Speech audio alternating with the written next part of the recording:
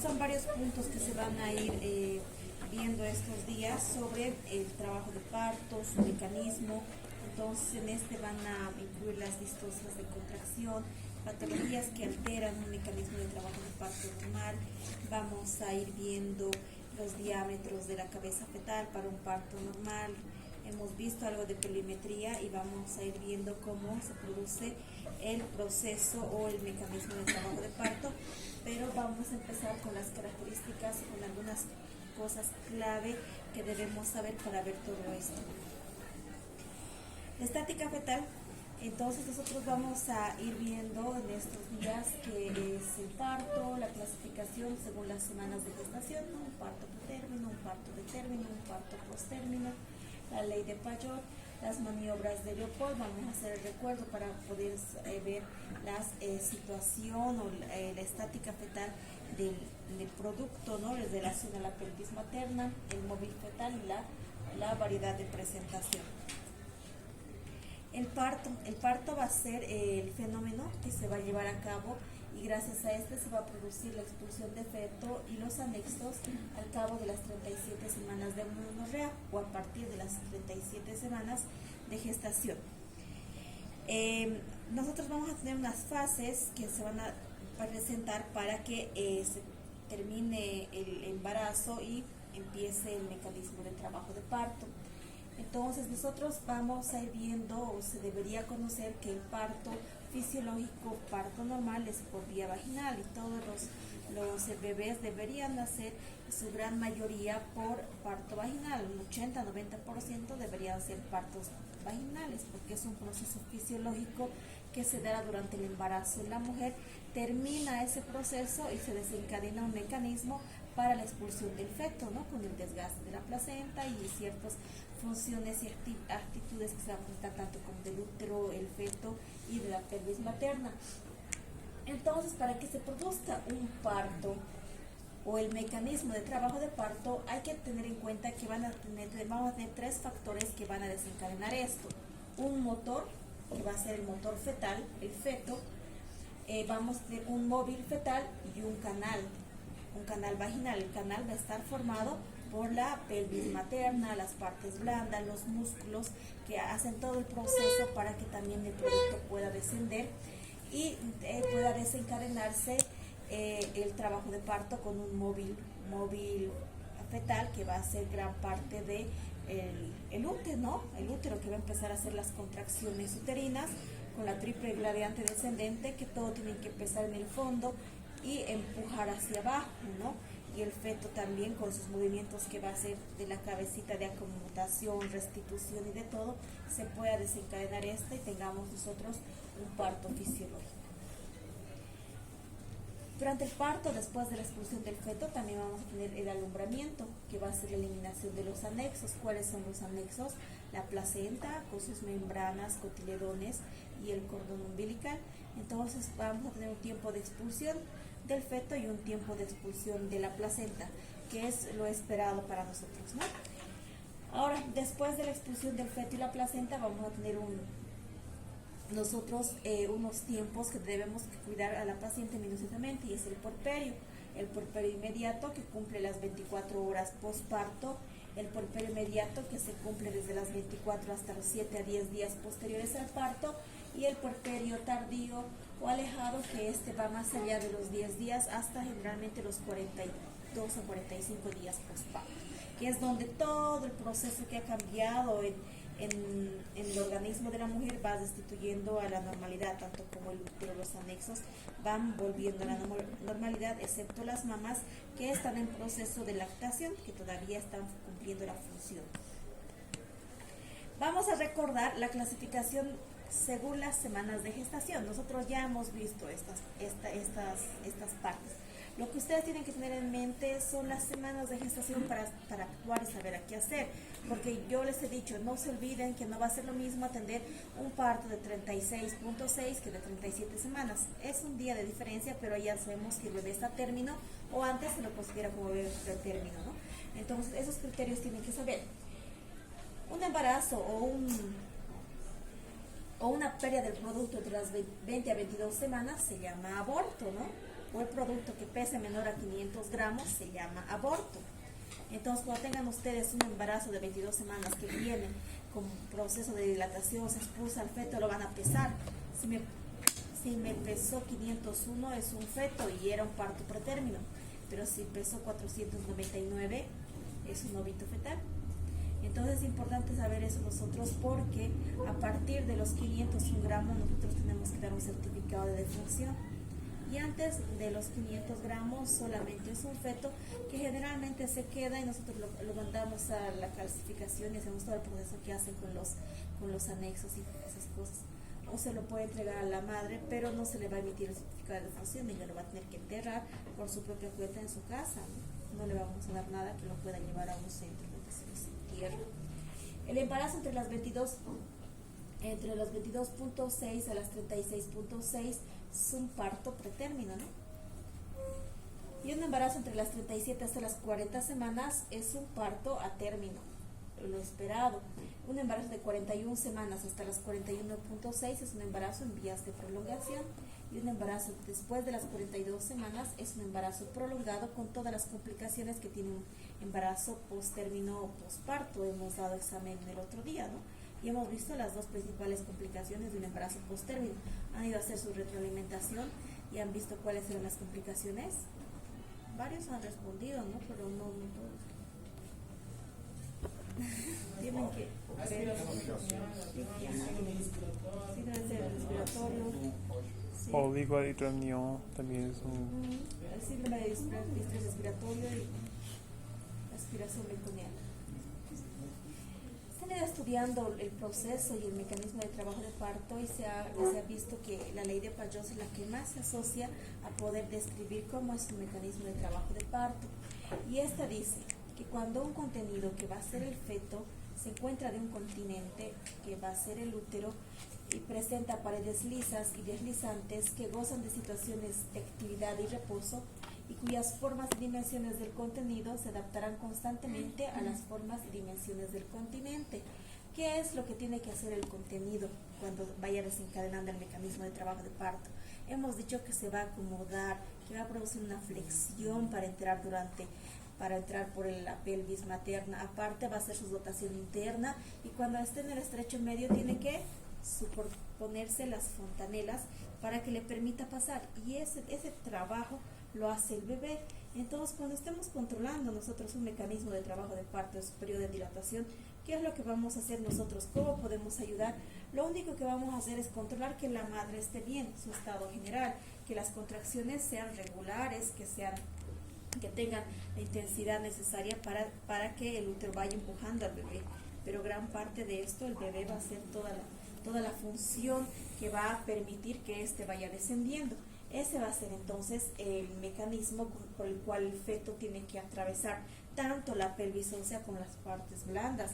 No solamente es hueso que va a pasar, tiene que bajar hasta el perine, y hay músculos que tienen que dilatar, y la elasticidad también de la vagina tiene que aumentar para que la cabecita pueda salir.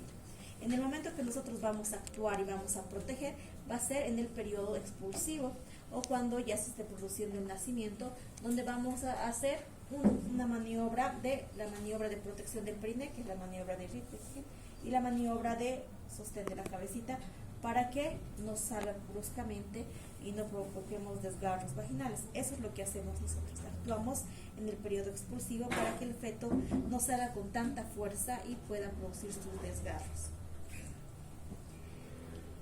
Para conocer y saber, vamos a recordar también nosotros las maniobras de Leopold, y también vamos a ver, de acuerdo a esto, la actitud, la presentación, la posición y la situación fetal. Entonces, estos sí o sí ustedes tienen que orientarse cómo se hace y qué definición o qué se debe. Son 4 cosas importantes que ustedes tienen que saber, y sí debe ser de memoria, ¿ya?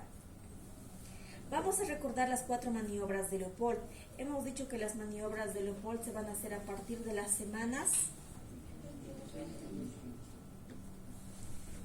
28 semanas. Si alguien en la práctica les dice que a las 26 semanas podrían hacer, algunas sí, algunas mamás que ya están, digamos, con un bebé grandecito y todo, podrían intentar hacer. pero no es obligatorio que ustedes describan a las 26 semanas las maniobras de Leopold. Pueden poner un diferente y no va a haber problema, pero ya a partir de las 28, 29, 30, producto de situación y tienen que ir verificando. Y eso lo van a hacer todos los días que hagan sus evoluciones de embarazadas y también para presentar a su paciente. Entonces vamos a ir recordando. La primera maniobra va a ser la que se ubica, yo me ubico a la derecha del paciente y voy a ir verificando el fondo uterino para saber más o menos a qué nivel del ombligo está, y también voy a poder determinar cómo está acomodado mi bebé, si está en presentación cefálica o está en pélvico, ¿no? En la segunda maniobra yo voy a hacer verificar la relación que existe del bebé con el dorso de la madre, si mi bebé está en situación longitudinal o mi bebé está transverso, y si está con dorso izquierdo o dorso derecho o dorso anterior o dorso posterior. Con la tercera maniobra yo voy a poder identificar si el polo cefálico o el polo pélvico se encuentra a nivel de la pelvis materna y si este está encajado hacia esta o no.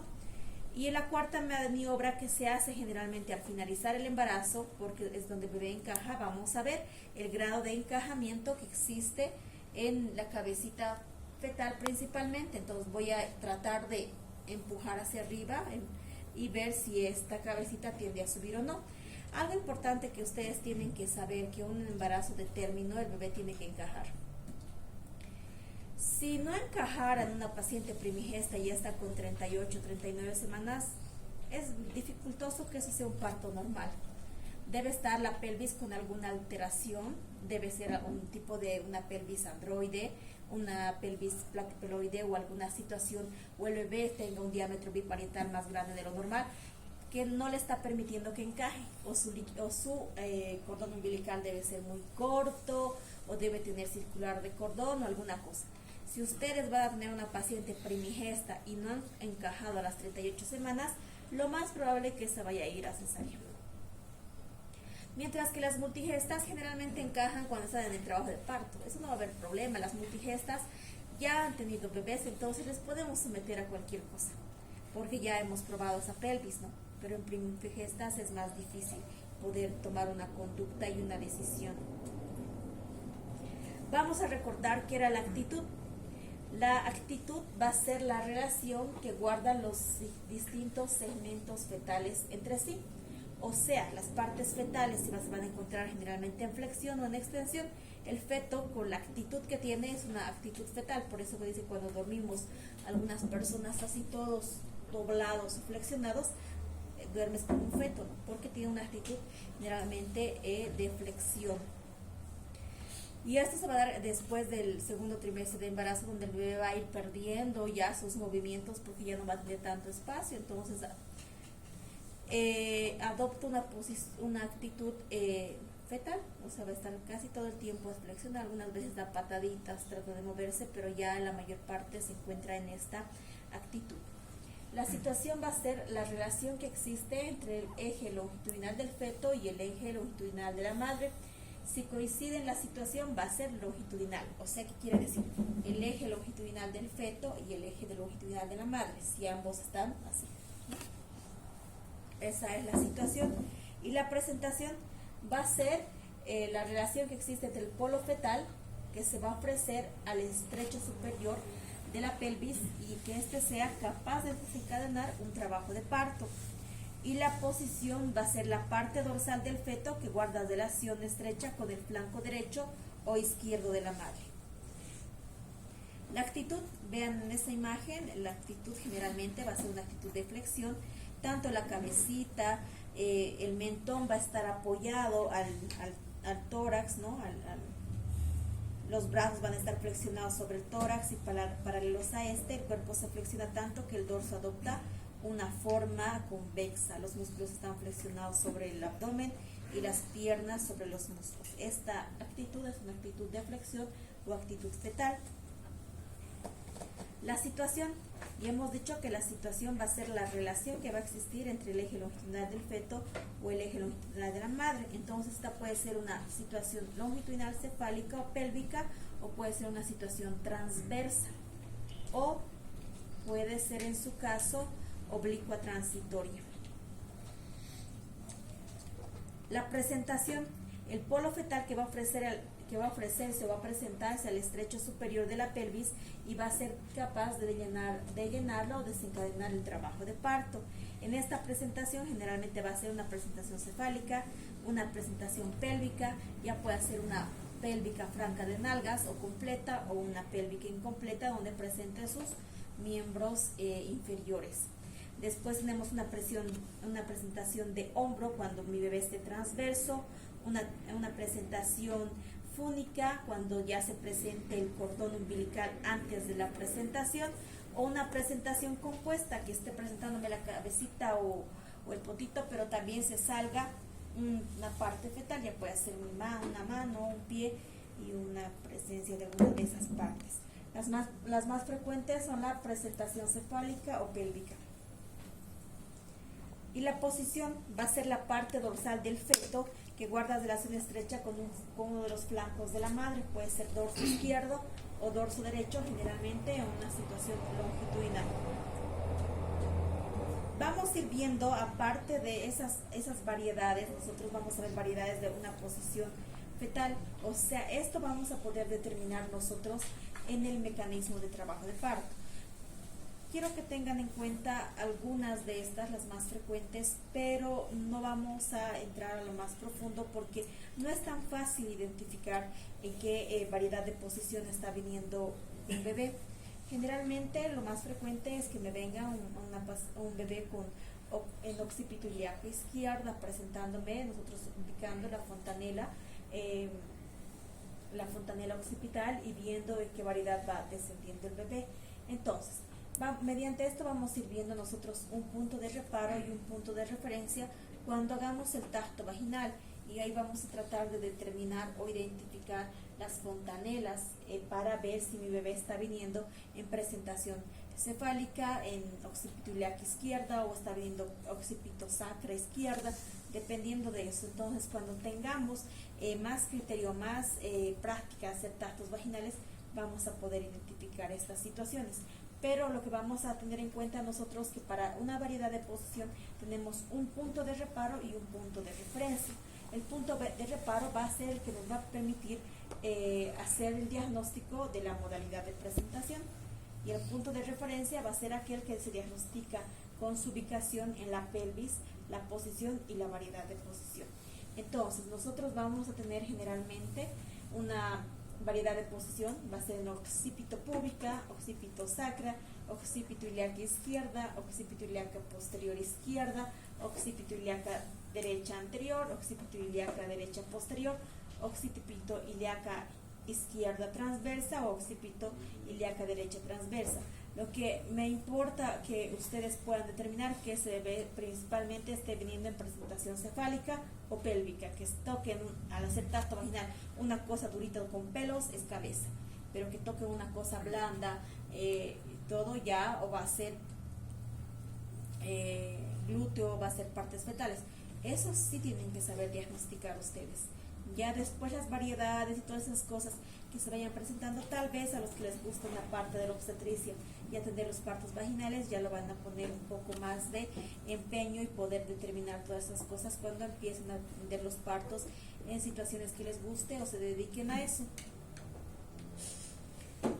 En el esquema del mecanismo de trabajo de parto, lo que tenemos que conocer nosotros son los diámetros cefálicos. Por eso es que yo les he ido insistiendo que en los controles prenatales en un embarazo a término vayan identificando el DBP, el diámetro biparietal, de cuánto es y cuánto puede pasar por parto.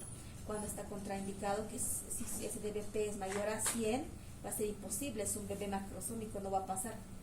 ¿Hasta cuánto pasa, hemos dicho? Por parto. ¿Cuánto de DBP tiene que tener? No, el DBP, el diámetro biparietal.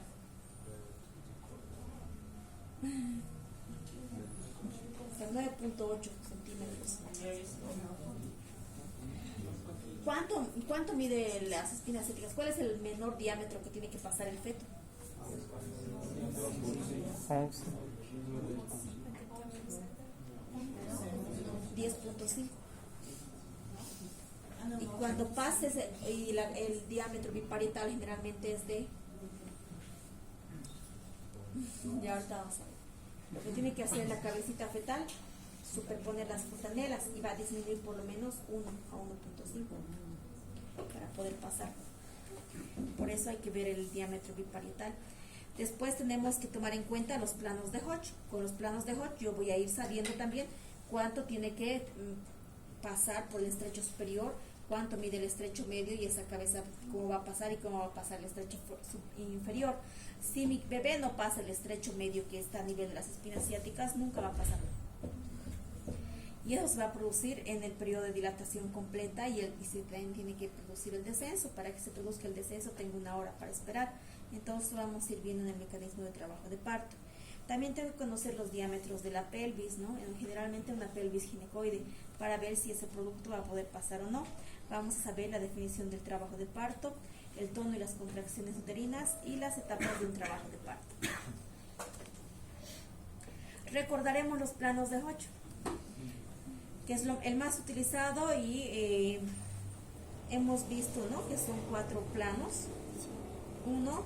A ver, vamos chicos, recuerden, el primer plano va a tener como punto de referencia el promontorio y el borde superior, ¿no?, de la sínfisis del pubis. El segundo plano, cara anterior del sacro. el tercer plano, Espinas. a nivel de las espinas ciáticas, ¿no?, es un punto equidistante a nivel de las espinas ciáticas. Y el cuarto plano, El final del coxis. Ahora, el tercer plano de nivel de las espinas ciáticas es el plano más dificultoso que pasa nuestro bebé. Entonces, por eso es cuando hagan tacto vaginal, traten de tocar siempre las espinas ciáticas para que ya vayan identificando si es una pelvis ginecoide, androide, platypeloide, y vayan viendo cómo está una pelvis. Entonces, los tactos que hagan, primero se introduce el dedo y tratamos de ver la consistencia del cuello uterino, está cerrado, entreabierto, y se salen asustados, ¿no? Pero hagan el tacto y desciendan un poquito y traten de abrir al salir, y ahí van a sentir las espinas ciáticas. Ahora tenemos que conocer también los diámetros cefálicos. Vemos una cabecita fetal, generalmente una actitud neutra, pero mi bebé va a tomar una actitud de flexión, hemos dicho, ¿no? La cabecita va a estar apoyada al mentón, entonces van a nacer los bebés generalmente ¿qué presentan los bebés? De vértice, ¿no? Y el diámetro que me van a presentar es generalmente el diámetro que va a presentar al nacer va a ser el occipito frontal. Y mide aproximadamente 11.5 en bebés normales. Después tenemos un diámetro que es el occipito mentoniano. El occipito mentoniano es de 13.5 y ahí tenemos una distocia de presentación. Ahí tenemos una deflexión. Ya tenemos las deflexiones de primero, segundo y tercer grado. Cuando mi bebé se me presente de occipito mentoniano, no va a nacer por parto o presentación de cara. Y va a presentar el mentoncito. Entonces eso va a cesárea. Lo que me va a interesar que ustedes sepan al hacer tactos vaginales o cuando estén haciendo partos es que toquen cabecita. Esta parte de aquí que toquen pelitos. Pero si tocan un ojito, tocan nariz, que son partes blandas, que tocan boca, puede ser una presentación de cara o puede ser pélvico, porque el pélvico también se toca así. Las partes fetales son más blandas, no hay cabeza, mientras que esta parte de acá de la cabeza es una cosa durita. Entonces los que ya han hecho tactos vaginales encefálicos también eso tienen que aprender a tener esa consistencia que tiene la cabecita y tratar de identificar. Y ya cuando se toca parte fetal es una cosa más blanda. Entonces traten de hacer eso también, que se nota, sí, más se nota cuando la bolsa está rota, pero también cuando la bolsa está íntegra, traten de identificar si es cabeza o no. Después vamos a tener el occipito frontal, el occipito frontal, el occipito mentoniano, que también es de 13.5, el supraoccipito bregmático, que es de 9.5. Entonces, según la presentación que se vaya viendo, nosotros vamos a ir viendo el descenso de nuestro bebé. Y vamos a identificar que va a ser el trabajo de parto. El trabajo de parto va a ser el conjunto de fenómenos del cual consiste una serie de contracciones que van a aumentar en intensidad, duración y frecuencia continuas progresivas del útero que ayudan a que el cuello uterino se dilate y se borre. Para esto necesitamos que se produzca una triple gradiente descendiente de propagación en duración e intensidad. ¿Qué me dice la triple gradiente descendente? Que para que se desencadene un trabajo de parto, las contracciones tienen que iniciarse en el fondo uterino. Tiene que tener una mayor frecuencia e intensidad en el fondo uterino. Entonces, ese es el triple gradiente descendente, que todo pasa en el fondo uterino. Sea más intenso en el fondo uterino, sea más frecuente en el tono uterino, dure más en el fondo uterino, para que pueda emitir sus ondas de contracción desde el fondo hacia la parte baja del bebé, y como se produce en el fondo, trate de empujar para que el bebé vaya descendiendo. La onda de contracción se va a originar en los marcapasos del corazón, que están viendo situados en los cuernos de las trompas, y la onda de contracción baja en sentido descendente, o sea, se va a iniciar todo en la parte de arriba y esa onda va a ir bajando hacia la parte inferior. Tenemos factores que van a influir en el trabajo de parto, y esos factores van a ser generalmente los factores de la contracción, o que me hagan que esa contracción sea una contracción adecuada para que el trabajo de parto se produzca bien. Entonces vamos a tomar en cuenta en una contracción la frecuencia de la contracción, la intensidad de la contracción, el tono de la contracción y la duración de la contracción. Entonces, la frecuencia se va a expresar por el número de contracciones que se den en 10 minutos. 3, 4, 5 contracciones en 10 minutos. La intensidad va a ser la amplitud, es el aumento de la presión intrauterina causado por cada contracción. El tono va a ser la presión más baja registrada entre las dos contracciones y se va a expresar en milímetros de mercurio. Y la duración es el tiempo que dura una contracción uterina. Ahora, nosotros vamos a controlar la frecuencia. La frecuencia la vamos a controlar en 10 minutos. Es por eso que cuando ustedes estén en sala de dilatante les van a decir, controlámelo la barriguita, por favor. Y se van a sentar con su reloj durante 10 minutos. Y en esos 10 minutos van a contar. Tuvo 1, 2, 3, 4 contracciones. Y la intensidad, la amplitud va a ser un poco más subjetiva para nosotros, pero la intensidad es que el útero se ponga duro, como una piedra y uno pueda palpar las partes fetales, es una buena intensidad. El tono uterino es cuando se termina la contracción, el útero vuelve a un tono normal generalmente, y la duración, el tiempo que dura la contracción uterina, se va a controlar en segundos, generalmente va a ser 30, 40 o 50 segundos. Si una contracción dura más de 60 segundos, ya es una taquisistolia, una polisistolia que está alterando eso y me puede producir una ruptura uterina. Es lo que tenemos que tomar en cuenta, y todas esas cosas se van a tomar en cuenta en el partograma, que nos va a orientar si está produciendo una hiposistolia, una taquisistolia o una polisistolia. Las variaciones de contracción durante la gestación. Toda la gestación, la madre va a tener ciertas contracciones. Entonces, estas van a ocurrir en las primeras 30 semanas de gestación, siendo imperceptibles hasta no alcanzar un nivel de 30 a 40 milímetros de mercurio. Entonces, vamos a tener las contracciones de Álvarez y Caldeiro, que se van a presentar generalmente en la mujer, que no van a ser persentidas ni por ella, no producen dolor ni son persentidas, pero el útero va a empezar a tener un tono aumentado que van a producirse estas contracciones. Generalmente son de baja intensidad, tiene 2 a 4 milímetros de mercurio, y estas van a ser limitadas solamente en el músculo uterino, no van a causar dilatación cervical. Después tenemos las contracciones de Braxton Hicks, que se van a presentar ya al finalizar el embarazo, generalmente a las 36, 37 semanas, y estas contracciones van a ir preparando al cuerpo materno para un trabajo de parto, y estas ya van a aumentar su intensidad, pueden llegar hasta 25 milímetros de mercurio de intensidad, de una frecuencia de 1 en 10 minutos. Estas van a ser perceptivas por la madre, pero no van a provocarle dolor. Y las contracciones verdaderas, ¿no? Las contracciones verdaderas son verdaderas, causan realmente dolor y se van a hacer frecuentes e intensas y van a desencadenar un trabajo de parto. Las contracciones verdaderas ya van a ser aquellas que tengan intensidad mayor a 40 milímetros de mercurio, generalmente, ya van a ser dolorosas y bien perceptivas por la mamá. Entonces, nosotros en el trabajo de parto vamos a tener tiempos o periodos de trabajo de parto. Entonces, vamos a tomar en cuenta el, el borramiento y dilatación, el encajamiento, descenso, expulsión y exteriorización del feto y el alumbramiento y expulsión de los anexos. En el borramiento y dilatación del feto nosotros vamos a tener ciertos subtiempos, que va a ser la fase latente y la fase activa. Pero en este periodo de borramiento y dilatación es donde se va a producir la dilatación y el borramiento generalmente, ¿ya? Y paulatinamente mi bebé va a ir bajando del estrecho superior hasta el estrecho medio, quedándose ahí en la mayor parte de las veces en el estrecho medio. Cuando se produzca la dilatación completa y borramiento, pasa el estrecho medio y se produce pues, el periodo expulsivo.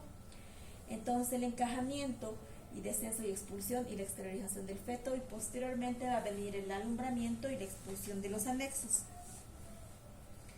En las etapas del trabajo de parto, vamos a tener una primera etapa, segunda etapa y una tercera etapa. En la primera etapa se va a producir el proceso de dilatación y borramiento completo, y también se va a producir el inicio del trabajo de parto, que va a ocurrir desde la primera contracción hasta la dilatación completa. Generalmente una primera etapa va a durar 20 horas en primigestas y 18 horas en multigestas. Tenemos una segunda etapa que va a ser la expulsión del bebé, ya terminando su descenso, que generalmente dura 60 minutos en primigestas y 30 minutos en multigestas. Y una tercera etapa que va a ser el alumbramiento, que va a durar generalmente hasta 20 minutos en una multigesta, y ya puede ser 30 a 40 minutos en una primigesta. Si pasamos de esos tiempos, se va a retener la placenta y eso me va a causar una hemorragia obstétrica. Después de la placenta salir, ¿esperar aguardar siempre o siempre hacer la maniobra? Generalmente lo que se hace es la tracción continua del cordón umbilical para la expulsión de la placenta, ¿no? Sale el feto y tú vas a tener con tu pinza el cordón umbilical. Entonces vas a hacer una ligera tensión y mientras vaya bajando, tú vas doblando el cordón, ¿no? Enrollando el cordón. Esperas 2, 3, 4 minutos y tratas de hacer una ligera tensión. Jala un poquito, ¿no? Y si todavía está duro, no hagas nada. Vuelves a hacer. Tenemos ciertas maniobras para desprendimiento, ¿no? La maniobra de Bad Andrews, donde voy a empujar el útero y voy a jalar. Pero eso hay que tener mucha cautela porque puedo producir una inversión uterina jalando mucho. Entonces lo que tengo que hacer es ir enroscando, jalando un poquito, enroscando, jalando un poquito y darle el tiempo a que descienda. En la primera etapa del trabajo de parto, que es el borramiento y la dilatación completa, nosotros vamos a tener en esta una fase latente. La fase latente va a ser donde se van a producir los primeros signos y manifestaciones para el trabajo de parto. Uno, por ejemplo, el ablandecimiento del cuello uterino, el aumento del número de los receptores de oxitocina, nivel de las células endometriales, el aumento de la sensibilidad a agentes uterotónicos, y mi periodo de dilatación va a ser generalmente cuando ya mi periodo de fase latente va a ser cuando se produzcan las modificaciones cervicales, haya dilatación de 1, 2, 3 y no mayor a 4. Hasta 3 centímetros de dilatación es una fase latente. Por encima de 4 centímetros es una fase activa. Generalmente las contracciones no van a ser tan regulares y va a ser una intensidad menor a 20 a 30 milímetros de mercurio. La fase latente del trabajo de parto puede durar 20 horas. Es por eso, si ustedes van a revisar a una paciente que viene con 1, con 2 o con 3, no la voy a internar, porque una fase latente puede estar tardando 12, 20 horas y la voy a tener en dilatantes 20 horas y no va a pasar nada. Yo voy a internar a mi paciente cuando esté en una fase activa del trabajo de parto. Y la fase activa empieza con 4 centímetros de dilatación. Ya cuando vamos a tener una fase activa, mire, la fase latente generalmente ha durado 2, 4, 6, 8 horas. Y la dilatación cervical se puede mantener en 2, en 3. Ya cuando tengo una paciente en fase activa, se va a producir una fase de aceleración, fase de máxima pendiente de aceleración y dilatación rápida y una meseta, y después dilata completa y baja y mi bebé nace. Entonces tomamos en cuenta más o menos así. Por eso que el partograma se va a iniciar generalmente con 4 en esa fase de aceleración, y esperamos que mi parto vaya siguiendo esa línea. Ahora, en el mecanismo de trabajo de parto, nosotros vamos a tener ciertos tiempos que nos van a permitir que el bebé se prepare y pueda descender la pelvis materna con todas sus partes, todas las partes maternas también, con sus músculos y ciertos componentes que tiene en todo el piso pélvico. Entonces, en el mecanismo de trabajo de parto se van a producir por tiempos. Son 3 tiempos que va a tener subtiempos. En el primer tiempo nosotros vamos a tener esta es una parte inicial, que después lo vamos a ver con más profundidad todo lo que es el mecanismo de trabajo de parto. El primer tiempo se va a producir la acomodación de la cabeza fetal al estrecho superior. En este tiempo el feto va a acomodar su cabeza al estrecho superior, eligiendo el diámetro que más conviene y cambiando su actitud, flexionando su cabeza para aminorar sus diámetros. En la mayoría de los casos elige el diámetro oblicuo izquierdo. ¿Por qué hemos dicho que va a entrar por oblicuo izquierdo? Porque su diámetro va a ser de 12.5, entonces la cabecita se va a apoyar generalmente al lado izquierdo, ¿no? En el segundo tiempo, que se va a producir el descenso y encaje de la cabeza fetal, en este tiempo todavía el diámetro oblicuo izquierdo desciende y se encaja. Para descender la cabeza lo puede hacer en 2 maneras, sinclíticamente o asinclíticamente, que vamos a ver qué es el sinclitismo y el asinclitismo. Que desciende en sinclitismo quiere decir que la sutura sagital de la cabeza fetal va a estar equidistante al pubis y promontorio. Si lo hacen asinclitismo, puede ser que la sutura sagital esté más cerca del promontorio. El tercer tiempo o acomodación al estrecho inferior por rotación interna, y el primer tiempo de los hombros o acomodación de los hombros al estrecho superior. Una vez encajada la cabeza fetal, rota dentro de la pelvis materna que lleva la sutura sagital a coincidir con el diámetro anteroposterior del oblicuo izquierdo al promontorio suprapúbico. Esto lo hace porque los diámetros anteroposteriores en el estrecho inferior son más grandes que los transversos, o sea, mi bebé va a ir descendiendo y va a hacer una rotación interna, y aquí es donde ya va a ir presentando la parte occipital se va a apoyar hacia el pubis y la parte de la carita hacia el sacro. Esa es la rotación interna que hace para pasar el estrecho medio.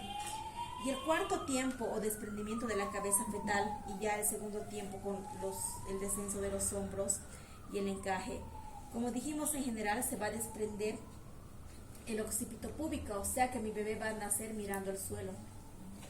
Generalmente el bebé me va a mostrar su cabecita y sale mirando hacia abajo, no sale mirando hacia arriba.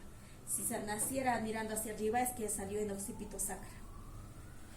Entonces este bebé nace mirando hacia el suelo, generalmente una parte, su cabecita o la porción occipital va a estar más cerca al pubis y la cara más cerca al ano.